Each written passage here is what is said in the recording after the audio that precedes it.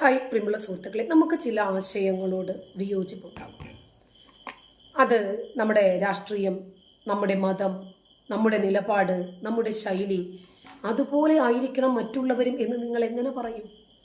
ചിലർ പറയാറുണ്ട്, അത് അവരുടെ ശൈലി അങ്ങനെ, ഇവരുടെ ശൈലി അങ്ങനെ, നിങ്ങൾക്ക് അങ്ങനെ. എനിക്ക് ഞാനാകാനേ പറ്റൂ. എനിക്ക് എൻ്റേതായിട്ടുള്ള ഒരു ശൈലിയും ഒരു നിലപാടും ഒരു സ്ലാങ്ങും ഒരു രീതിയും അങ്ങനെ എനിക്ക് പിന്തുടരാൻ പറ്റും. വേറൊരാളെ എനിക്ക് ഇംപ്ലിമെൻ്റ് ചെയ്യേണ്ട കാര്യമില്ല. ഞാൻ ഈ ആശയവുമായി രംഗത്ത് വരുമ്പോൾ ആരുടെയും ഉപദേശം സ്വീകരിച്ചിട്ട് അങ്ങനെ പോകാം ഇങ്ങനെ പോകാം അങ്ങനെ നോക്കി വന്ന ആളല്ല. അവരെ പോലെ ഇവരെ പോലെ നിങ്ങൾക്ക് നിർദ്ദേശിക്കാം ഇന്ന വിഷയങ്ങൾ കുറച്ചുകൂടി നിങ്ങൾക്ക് നേർപ്പിച്ചൊന്ന് പറയാം. അതൊക്കെ ആശയപരമായ രീതിയാണ് നിങ്ങൾക്ക് പറയാം. ഇത് ചിലർ അവരുടെ ശൈലി കണ്ടോ, എന്നോട് പറഞ്ഞാൽ അത് തിരുത്താനാണ്, വേറുള്ളവരോട് പറഞ്ഞാൽ അത് തിരുത്തുന്നതിന് വേണ്ടിയല്ല. ഞാനുമായിട്ട് അടുപ്പമുള്ള ആളുകൾക്ക് എന്നോട് തന്നെ പറയാമല്ലോ, നമുക്ക് എൻ്റെ രാഷ്ട്രീയം തന്നെ മറ്റുള്ളവരും സ്വീകരിക്കണം. അവരുടെ BJP ആശയത്തോട് എനിക്ക് ദേഷ്യമാണ്. എല്ലാവരും നിങ്ങളുടെ ആശയത്തിൽ അങ്ങ് ആയിക്കഴിഞ്ഞാൽ പിന്നീട് ഇവിടെ LDFും UDFിൻ്റെ ഒന്നും ആവശ്യമില്ലല്ലോ, മറ്റൊരു രാഷ്ട്രീയ പാർട്ടിയുടെയും ആവശ്യമില്ലല്ലോ. എല്ലാവർക്കും അങ്ങ് SDP ഐക്കാരിയായാൽ പോരെ, എല്ലാവർക്കും അങ്ങ് സുഡാപ്പികളായാൽ പോരെ. അപ്പോൾ ഓരോ വ്യക്തിക്കും അവരുടേതായിട്ടുള്ള ഒരു സ്വാതന്ത്ര്യമുണ്ട്. അപ്പം നിങ്ങളിപ്പോൾ ഒരു കമ്മി ആശയക്കാരാണെന്ന് വിചാരിക്കുക. ആ ആശയത്തോട് വിയോജിപ്പുള്ള ആളുകൾ നിങ്ങളോട് ഇങ്ങനെ അമർഷത്തോടു കൂടി പെരുമാറിയാൽ നമ്മൾ ഇത് തന്നെ പറയും. അവർക്ക് അവരുടെ സ്വാതന്ത്ര്യമാണ്, അവർക്ക് ശരിയെന്ന് തോന്നുന്നതിന് അവർക്ക് പിന്തുണയ്ക്കാം. ഇപ്പോൾ സന്ദീപ് വാര്യർ പോയി. സന്ദീപ് വാര്യരുടെ മാത്രം സ്വാതന്ത്ര്യമാണത്, അദ്ദേഹത്തിൻ്റെ മാത്രം തീരുമാനമാണത്. അദ്ദേഹത്തിൻ്റെ തീരുമാനം അനുസരിച്ചിട്ട് അദ്ദേഹത്തിന് മുന്നോട്ട് പോകാം, അതിനനുസരിച്ചിട്ട് അദ്ദേഹം മുന്നോട്ട് പോകുന്നുമുണ്ട്. നമുക്കൊരു പക്ഷേ അത് വിമർശിക്കാം. അദ്ദേഹത്തിൻ്റെ സ്വാതന്ത്ര്യത്തിൽപ്പെട്ടതാണ് എന്ന് മനസ്സിലാക്കിക്കൊണ്ടുള്ള ഒരു വിമർശനമായിരിക്കണം. നമ്മുടെ പാർട്ടിയിൽ നിന്ന് പോയി എന്ന് കരുതി കരിവാരി തേക്കാൻ വേണ്ടിയിട്ടുള്ള വിമർശനമായിരിക്കരുത്. ഒരു യുക്തിവാദി ഇസ്ലാം മത വിശ്വാസത്തിലേക്ക് പോകുമ്പോൾ അയാളോട് അങ്ങേയറ്റം വിരോധം വെച്ച് പുലർത്തേണ്ട കാര്യമില്ല. നമുക്ക് പഠിക്കുന്ന ആശയമായിരിക്കില്ല അവർ പറയുന്നത്. ഇപ്പോൾ റീന ഫ്രാൻസിസ്, അവരോട് ആശയപരമായി വിയോജിപ്പ് ആർക്ക് വേണമെങ്കിലും യോജിക്കാം. അതൊക്കെ ഓരോരുത്തരുടെയും സ്വാതന്ത്ര്യമാണ്. അവർക്ക് തോന്നുന്ന യാഥാർത്ഥ്യം അവർ വിളിച്ചു പറയും. വേണ്ടവർക്ക് കേൾക്കാം, അല്ലാത്തവർക്ക് കേൾക്കണ്ട. ഇപ്പൊ കാക്കാമാര് അവരോട് ചെന്ന് അനാവശ്യങ്ങൾ പറഞ്ഞു പോകുന്നത് കൊണ്ടല്ലേ അവരും തിരിച്ചതേ നാണയത്തിൽ പ്രതികരിക്കുന്നത്. നിന്റെയൊക്കെ വീട്ടിലിരിക്കുന്ന തള്ളയെയും തന്തയെയും മക്കളെയും പെങ്ങന്മാരെയും, മരിച്ചു മൺമറഞ്ഞു പോയ പ്രവാചകനെയും പ്രവാചകന്റെ മാതാവിനെയും പ്രവാചകന്റെ ഭാര്യമാരെയും ഒക്കെ ഈ അനാവശ്യം പറയിപ്പിക്കുന്നത് നിന്റെയൊക്കെ ഉള്ളിൽ കിടക്കുന്ന നാവല്ലേ? അവരുടെ ലൈവിൽ കയറി ചെന്ന് അവരോട് അനാവശ്യങ്ങൾ പറഞ്ഞു, എന്തുണ്ടടാ ഇതിൻ്റെയൊക്കെ കാര്യം നിനക്ക്? ആ സമയമുണ്ടെങ്കിൽ മര്യാദയ്ക്ക് അക്ഷരത്തെറ്റില്ലാതെ മലയാള ഭാഷയൊന്ന് എഴുതാനും വായിക്കാനും പഠിച്ചൂടെ? അതല്ലെങ്കിൽ മതപുസ്തകം എടുത്തൊന്ന് തുറന്നൂടെ നിനക്കൊക്കെ? ഇതിനൊന്നും കഴിയാതെ അവരോട് അനാവശ്യങ്ങൾ പറഞ്ഞു പോയാൽ നിന്റെ വീട്ടിലിരിക്കുന്ന ഉമ്മായെ പറയും, പെങ്ങളെ പറയും, മകളെ പറയും, നിന്റെ മരിച്ചുപോയ നബിയെ പറയും, വാനലോകത്ത് സിംഹാസനത്തിൽ ഇരിക്കുന്ന പടച്ചോനെ പറയും, മരിച്ച പ്രവാചകന്റെ ഭാര്യമാരൊക്കെ നമ്മുടെ ഉമ്മമാരാണ് എന്ന് പഠിപ്പിച്ചു ആ മാതാവിനെ ഒക്കെ പറയും. ഒരു സ്ത്രീ സമൂഹ മാധ്യമത്തിൽ വന്ന് സംസാരിക്കുമ്പോൾ അവരോട് ആദ്യം മാന്യമായിട്ട് സംസാരിക്കാനും കൂടി പഠിക്കണം. അത് നമ്മുടെ വീട്ടിൽ നിന്ന് പഠിച്ചിട്ട് വരേണ്ടുന്ന സംസ്കാരമാണ്. നമ്മുടെ വീട്ടിൽ നിന്ന് നമ്മൾ പോലും അറിയാതെ നമ്മളിലേക്ക് ഇംപ്ലിമെന്റ് ചെയ്ത് കിട്ടുന്ന സംസ്കാരമാണ്. നമ്മൾ സമൂഹ മാധ്യമത്തിൽ വന്ന് എന്ത് പറയണം, എങ്ങനെ പ്രതികരിക്കണം, നമ്മുടെ സ്വാതന്ത്ര്യമാണ്, ശരിയാണ്. പക്ഷേ മറ്റുള്ളവർ നമ്മളെ കാൽക്കുലേറ്റ് ചെയ്യുന്നുണ്ട്. നമ്മുടെ കൾച്ചർ, നമുക്ക് മക്കളുണ്ട്, ഭർത്താവുണ്ട്, കുടുംബമുണ്ട്, നമുക്കിനി പുറത്തിറങ്ങണം, നമ്മുടെ മക്കൾക്ക് പുറത്തിറങ്ങണം, അവർക്ക് നാളെ ഏതെങ്കിലും ഒരു വിദ്യാഭ്യാസ സ്ഥാപനങ്ങളിൽ പോകണം, അവർക്ക് ഒരുപാട് കൂട്ടുകാരുമായിട്ട് ഇടപഴകണം. നമ്മൾ ഇത്തരക്കാരാണ്. എപ്പോഴും നമ്മൾ അങ്ങനെയൊക്കെ നോക്കിയിട്ടാണല്ലോ ആരോട് എന്ത് എപ്പോൾ പറയണം പറയണ്ട എന്നൊക്കെ നമ്മൾ തീരുമാനിക്കുന്നത്. അങ്ങനെയാണ്. ഇതങ്ങനൊന്നും ഇല്ലാതെ നിങ്ങൾ തന്നെ സമൂഹ മാധ്യമത്തിൽ വന്ന അനാവശ്യങ്ങൾ അവരെ കൊണ്ട് പറയിപ്പിക്കുന്നു. അവരെ അങ്ങനെ ലൈംഗിക വൈകൃതങ്ങളോടുകൂടി നിങ്ങൾ സംസാരിക്കുന്നു, അപ്പോൾ അവരും തിരിച്ചു തരുന്നു. ഇപ്പോൾ വഖഫ് വിഷയവുമായി ബന്ധപ്പെട്ട് നല്ല രൂപത്തിലൊരു പ്രതികരണം ഇസ്രായേലിൽ നിന്ന് റീന ഫ്രാൻസിസ് പറയുന്നുണ്ട്. അതിൻ്റെ ഒരു ഭാഗം ഞാൻ പറഞ്ഞിരുന്നു. വരാൻ പോണില്ല. സ്വയം തലച്ചോറ് ഉണർന്ന ചെറ്റകളും രാജ്യത്തെ ഇറങ്ങിയിരിക്കുന്നു. ഈ മുല കൊടുത്തുണ്ടായ ഈ നടക്കുന്ന സൈറ്റ് വഴിയിൽ മക്കളെ ഉണ്ടാക്കി കൊണ്ടുവന്നിട്ട് നാട്ടു മുഴുവനും ജീവിച്ചിട്ട് കാര്യമുണ്ടോ? ഇവരും കെട്ടവളുമാരെ ലവ് ജിഹാദിന് വേണ്ടിയിട്ട് പുറകെ നടക്കും. നാട്ടിൽ വേറെ പിള്ളേരെയൊന്നും കിട്ടത്തില്ല. അതുകൊണ്ട് മുസ്ലിം ഇസ്ലാം മതത്തിൽപ്പെട്ടവന്മാരുടെ പുറകെ മൂടും താങ്ങി നടക്കുന്ന കുറെ എണ്ണങ്ങളുണ്ട്. ഇതുപോലെ ചെറ്റകള്. എലിസബത്ത് ജോർജ്, നിന്നെപ്പോലുള്ള കൊതം കൊടുത്ത് ജീവിക്കുന്നവന്മാർക്ക് കേൾക്കാനുള്ളതല്ലടി എന്റെ ബ്ലോഗ്. മനസ്സിലായോ? എന്നെ കേൾക്കാൻ നിൽക്കുന്നവർക്കൊന്നും നല്ല അന്തസ്സായിട്ട് ജീവിക്കുന്നവരല്ല. നിന്നെപ്പോലെ കൊതം കൊടുത്ത് ജീവിക്കുന്നവരല്ല. എന്നെ കൊണ്ടൊന്നും പറയിപ്പിക്കാൻ വേണ്ടിയിട്ട് ഇതിനകത്ത് പറയുന്നത് വലിയ ന്യായെ പോലെ വലിയ വിശ്വാസിയെ പോലെ ഒന്നും നീ ഒന്നും കമന്റ് ഇടരുത്. പറഞ്ഞ മനസ്സിലായോ? കുഞ്ഞാട് ഇറങ്ങിയിരിക്കുന്നു. ചെറ്റകള് കുഞ്ഞാടിന്റെ പേര് അണിഞ്ഞിട്ട് ചെറ്റകള് നീയൊക്കെ കുഞ്ഞാടിന്റെ പേര് വിട്ട് അണിഞ്ഞാണ് ഞാൻ ഇങ്ങനെ കൂട്ടിക്കൊടുക്കുകാരന്മാരെക്കാളും കഷ്ടപ്പെട്ട് ജീവിക്കുന്നത്. അന്തസ്സായിട്ട് നില്ലടാ. ചങ്കൂറ്റത്തോടെ നില്ലടാ. ആണും പെണ്ണും എന്ന് പറയുന്നത് ഒറ്റക്കെട്ടായിട്ട് ചങ്കൂറ്റത്തോടെ നിന്നില്ല എന്നുണ്ടെങ്കിൽ 1921 എടുത്ത വാളുമാരി ഇടുവെടുക്കും. മനസ്സിലായോ? ഇസ്രായേലിൽ വന്ന ഹമാസ് തീവ്രവാദികൾ പിഞ്ചു കുഞ്ഞുങ്ങളെ അടക്കം ബലാത്സംഗം ചെയ്തിട്ട് പോയതുപോലെ ഇവന്മാര് ചിലപ്പോൾ തിരികിട്ട് നിങ്ങളൊക്കെ ഭോഗിച്ചെന്നിരിക്കും. അന്ന് നീയൊക്കെ കിടന്നു കൊടുക്കണം വേണ്ടി ചെറ്റകളെ. ഇത് പറയുന്നതിന്റെ സീരിയസ്നെസ്.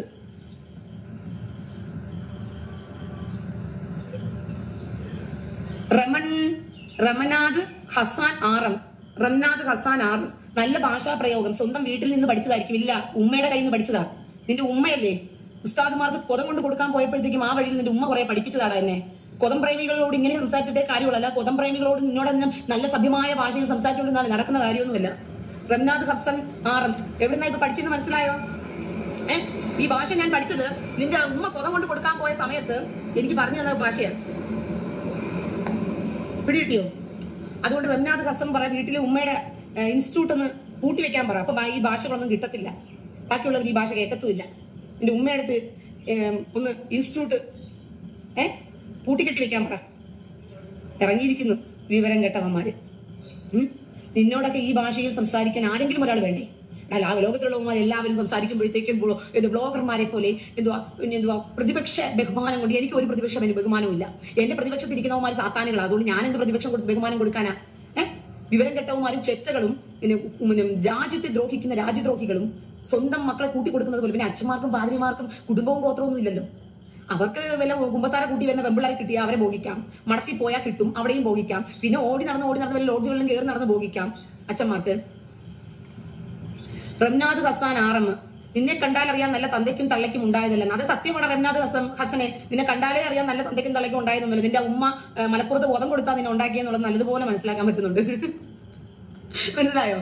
നിന്റെ ഉമ്മ ഓടി നടന്ന് കൊതം കൊടുത്താൽ നിന്നെ ഉണ്ടാക്കിയിട്ടേന്ന് അത് നല്ലതുപോലെ മനസ്സിലാക്കാൻ പറ്റുന്നുണ്ട്. അതുകൊണ്ട് ഉമ്മയോട് പറ കൊതവും വെച്ച് അടങ്ങിയിരിക്കാൻ പറ. ഇല്ലെങ്കിൽ 2 കിലോ സ്വർണ്ണം 3 കിലോ സ്വർണ്ണം ഒക്കെ ഉമ്മയുടെ കൊതത്തിലോട്ട് കെട്ടി പിന്നെ പുറത്തെടുക്കാൻ ഭയങ്കരമായിട്ട് പാടുപെടേണ്ടി വരും. മനസ്സിലായോ? കൊതം വിശാലമാക്കാൻ വേണ്ടി നടക്കുന്ന മതമാണല്ലോ കൊതമതം.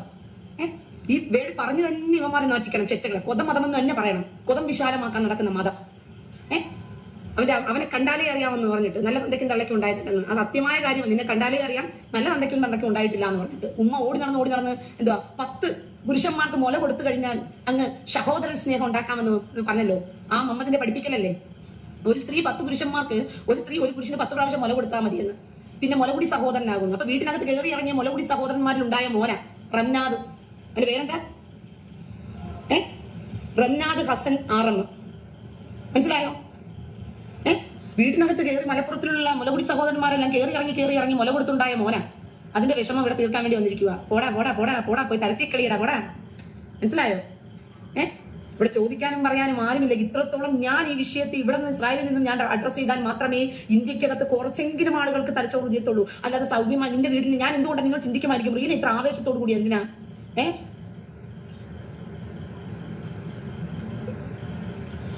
മരുതങ്ങാടി ഷാജി, എടി കൊച്ചേ നിനക്ക് സ്വർഗത്തിൽ പോവണ്ടേ? നീ ഒരു കാര്യം ചെയ്യും. കൂറിയുടെ സ്വർഗം അവിടെ വെച്ചിട്ടുണ്ട്. മരുതങ്ങാടി ഷാജി, നീ പോയിട്ട് മലപ്പുറത്ത് പോയി പൊട്ടിത്തെറിച്ച് ചാക്. 72 കൂറിമാരെടുത്ത് നിനക്ക് വേഗത്തിൽ പോകാം. പറഞ്ഞ മനസ്സിലായോ? ഫൈസൽ ബാബു, നീ പ്രൊഫൈലൊക്കെ ഇട്ട് വന്നിട്ട് എന്നെ 10 തെറിയോ എന്ത് വേണമെങ്കിലും വിളിച്ചോ. അതിന് നിനക്ക് ഞാൻ മറുപടിയും തരാം. മർദ്ദങ്ങാട് ഷാജിക്ക് സ്വർഗത്തിൽ പോണം പോലെ. എന്റെ ഭാര്യ കൂറിയാക്കി കൊടുത്തിരിക്കുവാണോ മർദ്ദങ്ങാട് ഭാര്യ? മർദ്ദങ്ങാട് ഷാജിയുടെ ഭാര്യ കൂറിയാണോ സ്വർഗം കാത്തിരിക്കുന്നതിന് വേണ്ടിട്ട്? ഉസ്താദുമാരുടെ സ്വർഗത്തിലാണോ മർദ്ദങ്ങാട് കൂറി ഷാജിക്ക് പോകേണ്ടത്? ഭാര്യ കൂറിയാണോ മർദ്ദങ്ങാട് ഷാജിയെ നിന്റെ? സ്വർഗത്തിൽ പോകണ്ടേ പോലെ? പിന്നെ സ്വർഗം പേടിച്ചു പോകും. സ്വർഗം സത്യം പറഞ്ഞ സ്വർഗത്തിൽ പോകാൻ പറ്റില്ല. ഇങ്ങനെയൊന്നും പറഞ്ഞ് സ്വർഗത്തിൽ പോകത്തില്ല. സ്വർഗത്തിൽ പോകണമെങ്കിൽ എന്ത് ചെയ്യണം? കൊതം കൊടുക്കാൻ വേണ്ടി അവന്മാരെ ഭോഗിക്കാൻ വേണ്ടി വരുമ്പോഴത്തേക്ക് ശ്വാത്രം പറഞ്ഞ് കൊതം കൊടുക്കണം. ആണോ മർദ്ദങ്ങാട് ഷാജിയെ? പോടാ വിവരം കെട്ടവന്മാരെ. നിന്നെ പഠിപ്പിച്ചു വെച്ചിരിക്കുന്ന പുരോഹിതന്മാരുടെയും പാസ്റ്റർമാരുടെയും പഠിപ്പിക്കൽ കേട്ടിട്ടാണ് നീ ഒന്നും നട്ടലില്ലാത്തവന്മാരായതുകൊണ്ടും പ്രതികരിക്കാൻ കഴിവുകെട്ടവന്മാരായിട്ടും കൊണ്ടൊക്കെ നീയൊക്കെ ജീവിക്കുന്നത്. മനസ്സിലായോ? നീയൊക്കെ വേഗം ഊറികൾ കാത്തിരിക്കുന്നുണ്ട് അവിടെ എങ്ങോട്ട് പോകാൻ വേണ്ടിയിട്ട്. ഇന്ത്യക്കകത്ത് ഈ എന്താ പറഞ്ഞേ, പിന്നെ ക്രിസ്ത്യാനികൾ സ്വയം തലച്ചോറ് ഉണർന്ന് ചിന്തിച്ചാലും നടക്കത്തുള്ളൂ. ഈ പാദ്രിമാരും അച്ഛന്മാരും പറയുന്നൊന്നും കേട്ടിട്ട് ക്രിസ്ത്യാനികൾ നിന്നാൽ ഒരിക്കലും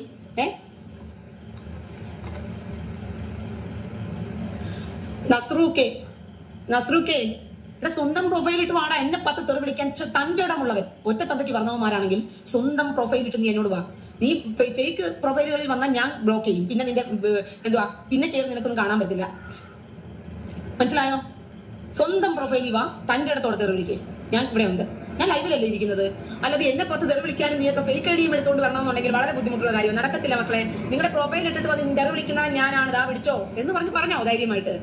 ബാക്കി ഞാൻ ഏറി കയറ്റുമ്പോ പഠിച്ചോളൂ. മനസ്സിലായോ? അങ്ങനെയുള്ളവൻ ബാക്കി ഞാൻ അങ്ങോട്ട് തിരിച്ച് ഏറി കയറ്റത്തില്ലേ? അപ്പൊ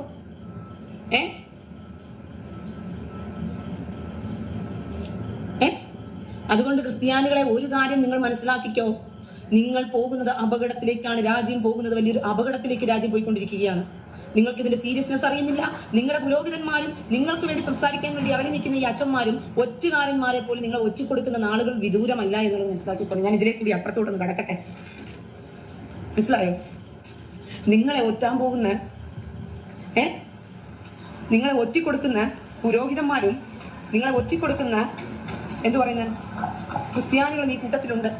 അവരുടെ ആ ഒറ്റിക്കൊടുക്കുന്ന ക്രിസ്ത്യാനികളുടെ ഏറ്റവും വലിയൊരു തെളിവാണ് 144 MLA ഒരുമിച്ച്. അതിനകത്ത് 24 MLA ക്രിസ്ത്യൻ MLA ഉണ്ടായിരുന്നു. കൂട്ടിക്കൊടുപ്പുകാരന്മാര് കേരള നിയമസഭയ്ക്കകത്ത് പ്രമേയം പാസ്സാക്കിയപ്പോൾ ആർക്ക് വേണ്ടിയിട്ട്?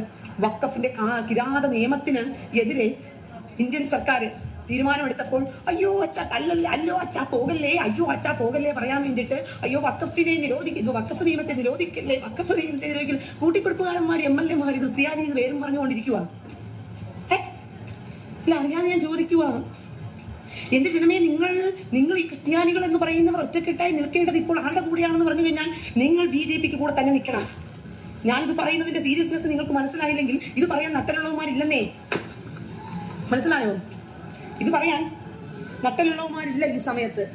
നിങ്ങൾ നിന്നില്ല എന്നുണ്ടെങ്കിൽ ഇത് വരാൻ പോകുന്ന ആപത്ത് വലുതാണ്. ഹിന്ദുവും ക്രിസ്ത്യാനിയും ഇനി ഒന്നിക്കേണ്ട സമയം അതിക്രമിച്ചിരിക്കുകയാണ്. പക്ഷെ ഒരു കാര്യം സൂക്ഷിച്ചോ, പാദ്രിമാരെ നമ്പരുതെന്ന് പറഞ്ഞ് നമ്പരുത്. നിങ്ങൾ അവർ പറയുന്ന വാക്കുകൾ കേൾക്കരുത്. അവർ പറയുന്നതിന്റെ രീതിക്കനുസരിച്ച് അവരുടെ സമാധാനം നോക്കി നിങ്ങൾ പോകരുത്. കർത്താവ് പോലും അവസാന നാളുകളിൽ ശിഷ്യന്മാരോട് പറഞ്ഞു, നിങ്ങൾ വഴിയിൽ പോകുന്ന സമയത്ത് പൊക്കണം കരുതിക്കോ. നിങ്ങൾക്കുള്ളത് നിങ്ങളാ കരുതേണ്ടത്. നിങ്ങൾക്ക് ഒരുത്തരം തരില്ല എന്നുള്ളത് അത് സത്യമായ കാര്യമായതുകൊണ്ടാണ് കർത്താവിന് പോലും അങ്ങനെ പറയേണ്ടി വന്നത്. വസ്ത്രം വിറ്റ് മാട് കൊള്ളട്ടെ എന്നാ പറയുന്നത് കർത്താവ്. എന്തുകൊണ്ടെന്നറിയാമോ? പ്രതിരോധിക്കേണ്ടി വരുന്നേ. മനസ്സിലായോ? ഒരു മിനിറ്റ്, ഞാനൊന്ന് സൗണ്ട് ഇവിടെ ക്ലീനിങ് നടക്കുക. അവർക്ക് അവരുടെ അഭിപ്രായങ്ങൾ തുറന്നു പറയാൻ അവരായിട്ട് തന്നെ ഒരു വേദി ഉണ്ടാക്കിയെടുത്തിട്ടുണ്ട്. അതവർ പറയും. അവരത് പറയുമ്പോൾ അവരോട് ആശയപരമായി നിങ്ങൾക്ക് ഭിന്നിപ്പുണ്ടെങ്കിൽ നിങ്ങൾക്കത് പ്രകടിപ്പിക്കാം. അനാവശ്യമായി അവരെ വ്യക്തിപരമായി അധിക്ഷേപിക്കുകയും കടന്നാക്രമിക്കുകയും അനാവശ്യങ്ങൾ പറയുകയും ചെയ്യുമ്പോഴാണ് തിരിച്ച് പ്രതികരിക്കേണ്ടി വരുന്നത്. എൻ്റെ ലൈവ് ചാറ്റിൽ പൂര തെറിയുമായിട്ട് ആളുകൾ വരാറുണ്ട്.